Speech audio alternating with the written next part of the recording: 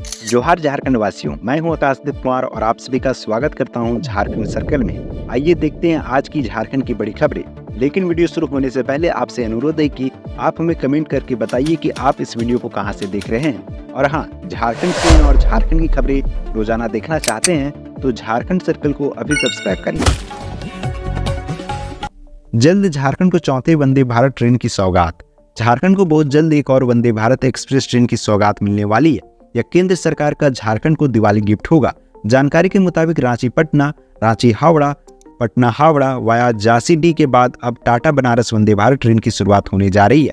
Tata Banaras Vande Bharat train राजधानी रांची से होकर भी गुजरेगी। गौरतलब है कि केंद्रीय रेल मंत्री बहुत जल्द देश में 25 और वंदे भारत ट्रेनों का परिचालन शुरू करने जा रहा है, जिसमें से एक झारखंड को भी मिलेगा। झारखंड आरक्षी के 4,898 पदों पर होगी नियुक्ति।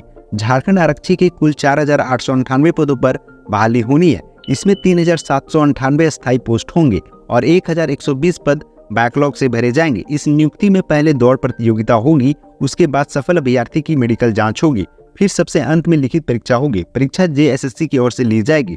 योग्यता की बात करें तो किसी भी मान्यता प्राप्त संस्थान से 10वीं की परीक्षा उत्तीर्ण होनी चाहिए, जबकि पूर्व में आई हुई नियुक्ति में सिर्फ झारखंड राज्य से 5 अभ्यर्थी ही इस पद के लिए योग्य थे। इस नियुक्ति में पहले पुरुषों के लिए दौड़ 10 किलोमीटर की दौड़ 1 घंटे में होगी और महिलाओं के लिए 5 किलोमीटर की दौड़ 30 मिनट में होगी। दिहाड़ी मजदूर के खाते से 81.84 करोड़ का ट्रांजैक्शन। IT ने भेजा आय से अधिक संपत्ति का नोटिस। झारखंड के गोड्डा जिले से एक अनोखा मामला सामने आया है। यहाँ बसंत राय प्रखंड के सुस्ती पंचायत में रहने वाले एक दिहाड़ी मजदूर भूजाली पासवान को आयकर विभाग ने नोटिस भेज बेनामी संपत्ति का ब्यौरा मांगा है।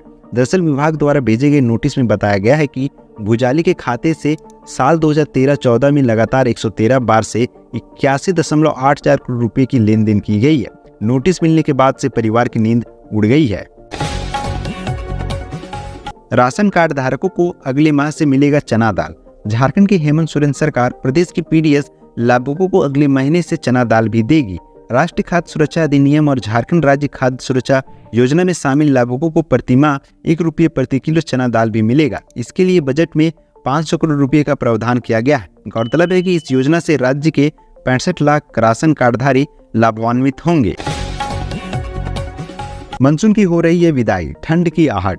राज्य से मानसून की विदाई हो रही है। मौसम विभाग ने 14 अक्टूबर तक राज्य में बारिश को लेकर कोई अलर्ट जारी नहीं किया। मौसम विभाग ने मौसम शुष्क रहने का अनुमान लगाया। 10 अक्टूबर से लेकर 14 अक्टूबर तक आसमान भी साफ रहने का अनुमान है। पिछले 24 घंटे में राज्य में कुछ हिस्सों पर हल्के से मध्यम दर्जे की बारिश हुई है। कई जगहों पर आसमान साफ रहा है। राज्य में सबसे अधिक तापमान गोड्डा में 36.4 डिग्री सेल्सियस दर्ज किया गया है। न्यूनतम तापमान रांची में 20.6 डिग्री सेल्सियस दर्ज किया गया है। झारखंड के रेगड़ा हाथू आंगनबाड़ी सेविका को केंद्रीय मंत्री स्मृति ईरानी ने किया सम्मानित। झारखंड के पश्चिमी सिंहभूम जिला अंतर्गत सुदूरवर्ती टोंटो प्रखंड के रेगड़ा हाथू आंगनबाड़ी की सेविका गीता पूर्ति को केंद्रीय महिला एवं बाल विकास मंत्री स्मृति ईरानी ने सम्मानित किया। गीता पूर्ति को यह सम्मान कुपोषित बच्चों को समुचित इलाज के लिए कुपोषण उपचार केंद्र में रेफरल हेतु उत्कृष्ट कार्य के लिए दिया गया है। Jharkhand intellectual forum summit Ranchi में 11 अक्टूबर से। झारखंड इंटेलेक्चुअल फोरम समिट 11 से 13 अक्टूबर तक रांची के पुराने विधानसभा में आयोजित किया जाएगा। 3 दिवसीय समिट की थीम वैश्विक स्तर पर झारखंड को एक अलग पहचान दिलाना, भारत में नंबर 1 राज्य बनाना, कौशल विकास व उद्यमिता में विकास करना है। ये बातें मंगलवार को फोरम के अध्यक्ष प्रेम कुमार ने संवाददाता सम्मेलन में कही। 3 दिवसीय कार्यक्रम में सफल उद्यमी व समाजसेवियों को विशेष रूप से सम्मानित किया जाएगा। बाबूलाल मरांडी ने राज्यपाल को लिखी चिट्ठी। भारतीय जनता पार्टी के प्रदेश अध्यक्ष बाबूलाल मरांडी ने राज्य की संवैधानिक मशीनरी ध्वस्त होने का जिक्र करते हुए राज्यपाल को चिट्ठी लिखी है। उन्होंने इस चिट्ठी में राज्य में राष्ट्रपति शासन लगाने का अनुरोध किया। इस चिट्ठी में बाबूलाल मरांडी ने लिखा है कि मैं आपको यह लिखने के लिए बाध्य हूँ कि जैसा कि समाचार से स्पष्ट है, झारखंड राज्य में संवैधानिक तंत्र विफल हो गया है। झारखंड राज्य में मनी लॉन्ड्रिंग और भ्रष्टाचार की जांच कर रही एजेंसियों के अनुरोध के प्रति राज्य सरकार और उनके अधिकारी उदासीन हो गए हैं। जब उपयुक्त जानकारी मेरे पास आई तो मैंने इसकी सच्चाई से जांच करने के लिए उचित प्रयास किए और आरोपों को सत्य और सही पाया। बजरंग दल के कार्यकर्ताओं की बस पर पथराव मामले में DGP से विश्व हिंदू परिषद ने की उच्च स्तरीय जांच की मांग।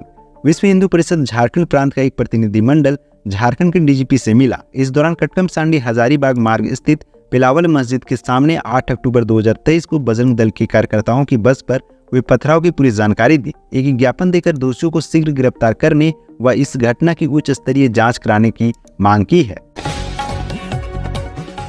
झारखंड के पशुपालकों का कराएंगे बीमा। ए हेल्प योजना की शुरुआत पर बोले मंत्री बादल पत्रलेख। ग्रामीण सहित शहरी क्षेत्रों के पशुपालकों को पशु चिकित्सा संबंधी समस्याओं से निजात दिलाने के लिए हिसार स्थित पशुपालन एवं सहकारिता भवन के सभागार में ए हेल्प योजना का शुभारंभ किया गया।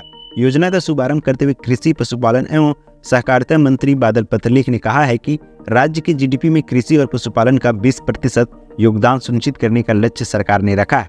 इसी के मद्देनजर विभाग विभिन्न स्तर पर योजना की शुरुआत कर रहा है। उन्होंने ए हेल्प के संबंध में जानकारी देते हुए कहा कि इस योजना से राज्य के ग्रामीण क्षेत्र की लाइफस्टाइल में बदलाव आएगा और पशुपालकों की सोच में भी परिवर्तन आएगा। उन्होंने कहा कि ए हेल्प योजना के तहत पशु सखियों को प्रशिक्षित करने का लक्ष्य रखा गया है, क्योंकि पशुपालन को लेकर परंपरावादी सोच को बदलने की जरूरत है ताकि वैज्ञानिक पद्धति का समावेश कर इसे उद्यमिता का रूप देते हुए बदलाव किया जा सके।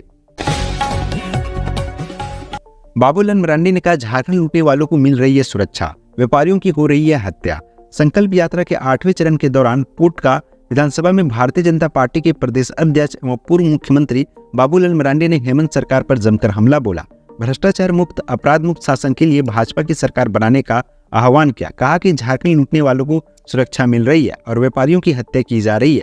प्रधानमंत्री गरीबों की चिंता करते हैं। उन्होंने गैस कनेक्शन के साथ साथ गैस पर सब्सिडी भी दिया है, जबकि 75 लाख बहनों को नया कनेक्शन देने की तैयारी चल रही है।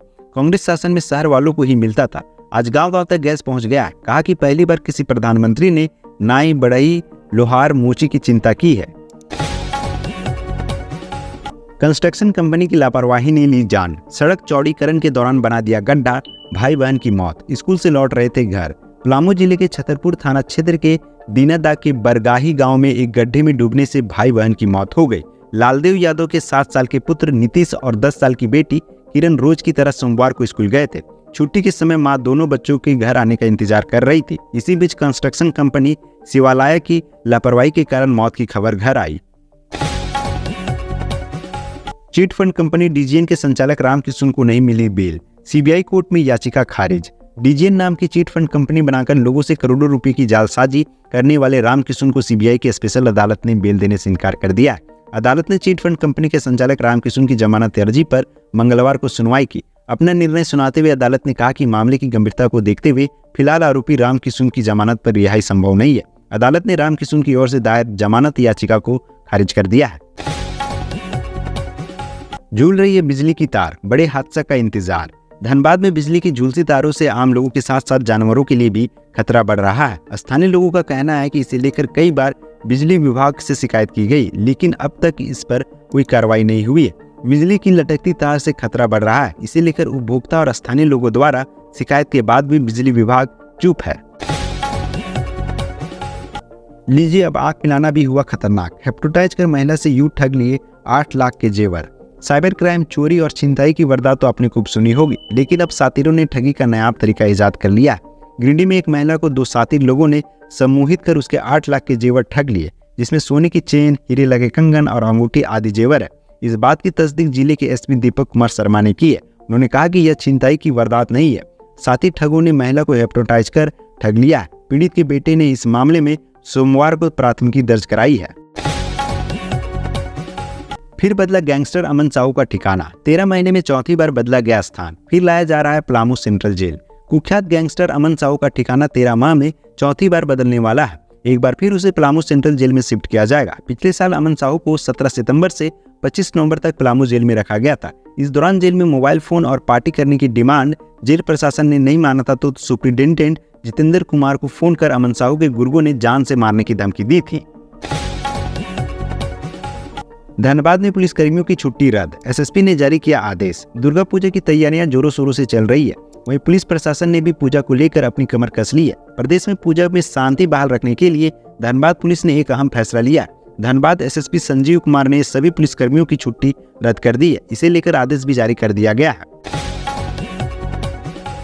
लातेहार में लापता लड़की का चौथे दिन भी सुराग नहीं, ट्यूशन जाते समय हुई गायब। लातेहार जिले के बालूमाथ से शनिवार को एक लड़की लापता हुई है। लड़की का लापता हुए 3 दिन बीत चुका है, लेकिन अब तक पुलिस को कोई सुराग नहीं मिला। वहीं इस घटना से लोग आक्रोश में है। आक्रोशित लोगों ने घटना के विरोध में बालूमाथ की दुकानें बंद कर दी गई। वहीं एसपी के अनुशासन के बाद शाम को दुकानें खोली गई। बता दें कि शनिवार को छात्रा ट्यूशन जा रही थी, इसी दौरान वह गायब हो गई थी।